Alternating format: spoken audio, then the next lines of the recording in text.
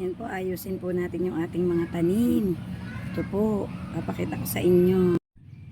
Tanggalin po natin yung mga malumang dahon para yung sustansya ng talong makuha niya.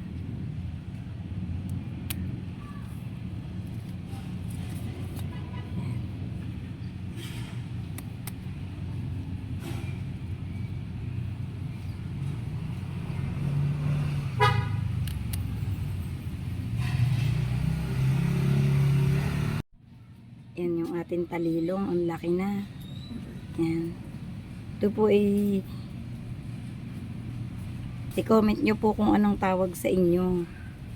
Basta dito po sa Quezon, ang tawag po dito ay talilong. Yan, meron po akong ditong talbos ng kamote. Yan. Yan po ang aking talong. Malalaki na, malapit na po siyang bumulaklak. Ay, may bulaklak na siya. Ayun, may bulaklak na po. Ayun, yan. May bulaklak na siya. Nakakatuwa naman po na kahit ito ay terrace lang namin sa taas, meron pong pwedeng magtanim sa paso. Yan, ang lalaki na. Ayun, may bunga na, may bulaklak na pong aking talong. Nakakatuwa naman. Yun. Yan. Pakita ko na lang po ulit sa inyo pagka may bunga na siya. Yan. Sitaw.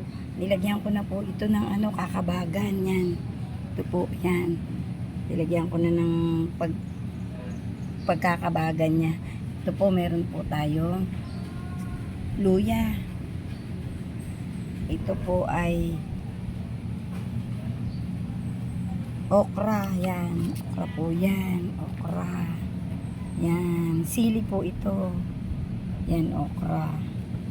Yan, kamatis. Yan, may kamatis po tayo. Yan, nandito po tayo sa taas. Po. Yan, namumulaklak na po yung ating itong kamatis. Yan. Yan po, may mga kamatis na pong malalaking namumulaklak.